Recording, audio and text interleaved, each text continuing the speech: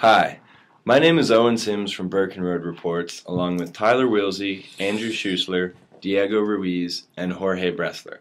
I'm here to tell you about Carbo Ceramics, traded on the New York Stock Exchange under the symbol CRR. Today we're going to give a company overview, define a propent, discuss our investment thesis, outline Carbo's strategy, discuss our valuation strategy, and finally talk about our risk analysis. The stock price has appreciated 146% over the last 2 years, currently trading at $155.94, and we project a one-year target price of $212, therefore rating Carbo market outperform. To begin, Carbo Ceramics is a manufacturer and supplier of ceramic proppant used in fracturing oil and natural gas wells worldwide. Before we dive into our analysis, let's define Carbo's products. What is a proppant? During hydraulic fracturing, proppants prevent the fracture from closing once the injection has stopped and allow the oil and gas to permeate to the wellbore. Proppants are separated into a conductivity pyramid. Starting at the bottom, sand has the lowest conductivity of all proppants. In the next tier, we have resin-coated sand, which is moderately strong, and at the top we have ceramic proppants.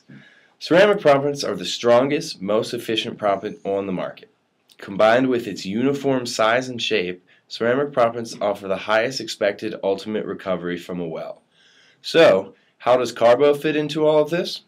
Carbo is a leading manufacturer of proppants distributed to oil and gas service companies. Headquartered in Houston, Texas, Carbo has ceramic proppant manufacturing plants in Georgia, Alabama, Russia, and China, as well as resin coating plants in Louisiana and Wisconsin. We based our market outperform rating on Carbo's ability to meet demand with increases in production capacity, its product differentiation, its sound financial structure, and a positive outlook on the exploration and production of natural gas to arrive at a price of $212. Currently, in the proppant market, demand far outweighs supply. From the graph, you can see a strong year-over-year growth in Carbo's production capacity. Carbo completed its fourth production line at its Toomsboro, Georgia plant during the third quarter of 2011, increasing total ceramic proppant production capacity to 1.75 billion pounds per year. The company plans to complete a second production line for resin-coated sand at its new Iberia, Louisiana plant near the end of the fourth quarter of 2011. This line will increase total resin-coated capacity to 400 million pounds per year.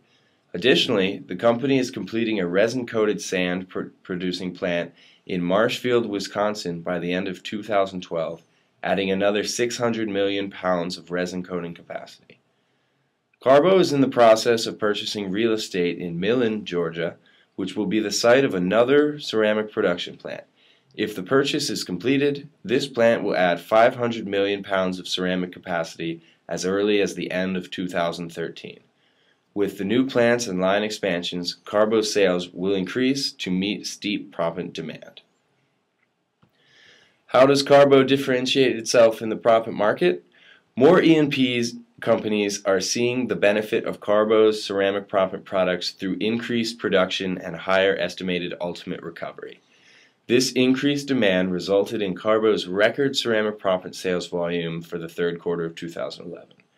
Looking at well production in the Haynesville Shale, E&P companies using Carbo's ceramic proppant recovered far more hydrocarbons than using competitors' products. In a 21-month period, Carbo's hydroprop product increased recovery by 22%, an increase of 0.32 billion cubic feet per well. That's $1.6 million in revenue per well. So, where is all the demand for oil and gas going? The demand for natural gas in the near future is strong. In fact, the EIA expects natural gas consumption to increase by 0.5 billion cubic feet per day in 2012, with industrial demand increasing to 18.6 billion cubic feet per day. Natural gas production, now 25% of energy produced worldwide, is expected to grow. The company's growth should mirror the growth expectations of oil and gas production. A financially sound company, Carbo maintains a strong balance sheet with no debt in its capital structure. The company generates large amounts of cash annually that it uses to fund long-term growth through capital expenditures and acquisitions. The company has repurchased over 1.8 million of its shares and has over $150,000 shares remaining in its authorized share repurchase program. Additionally, the company raised its dividends to 24 cents per share. So, on to Carbo's strategy. Carbo has recently incorporated new types of proppants and products to satisfy market needs and enhance productivity. Carbo's strategy is to provide its clients a one-stop comprehensive service benefit, offering various services such as software packages, technology, consulting, and of course, proppant sales.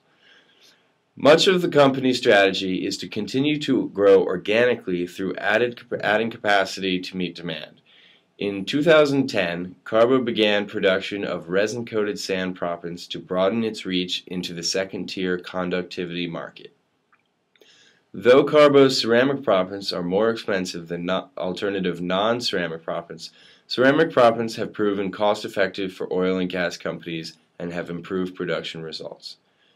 The company is investing in research and development initiatives to develop new technologies and informing its clients on the benefit of economic conductivity. By making products that meet a wider variety of client needs, Carbo can increase market share and its overall bottom line. Next, we will address how we valued Carbo. We used the discounted cash flow valuation method to arrive at a 12-month target price of $212. This model discounts the future free cash flow projections using the weighted average cost of capital. To forecast the cash flows, we modeled the company's revenues for 9 years through 2020. Beyond that year, we applied a terminal growth rate of 1.5%. Also discounted back at the weighted average cost of capital. We chose such a low terminal growth rate because we do not think that the high growth rate projected through the first 9 years of our model is sustainable in the long run. After summing all present values, we adjusted for the company's cash and debt and finally arrived at our target price of $212. On to risk. Let's start with operational risks. Indirectly, the company is subjected to volatility in oil and gas prices. A decline in prices adversely affects oil and gas drilling activity and therefore negatively impacting Carbo's sales.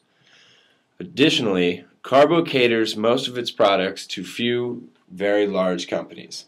Over half of Carbo's revenues come from its two largest customers, Halliburton and Schlumberger.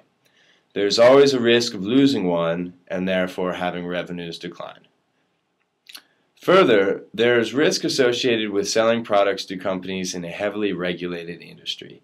The EPA has been investigating the environmental impact of fracking, notably possible violations of the Safe Drinking Water Act and the Clean Water Act. To conclude, we would like to reiterate our market outperform rating price of $212. This has been a presentation on Carbo Ceramics for Burke & Road Reports. Thank you for listening.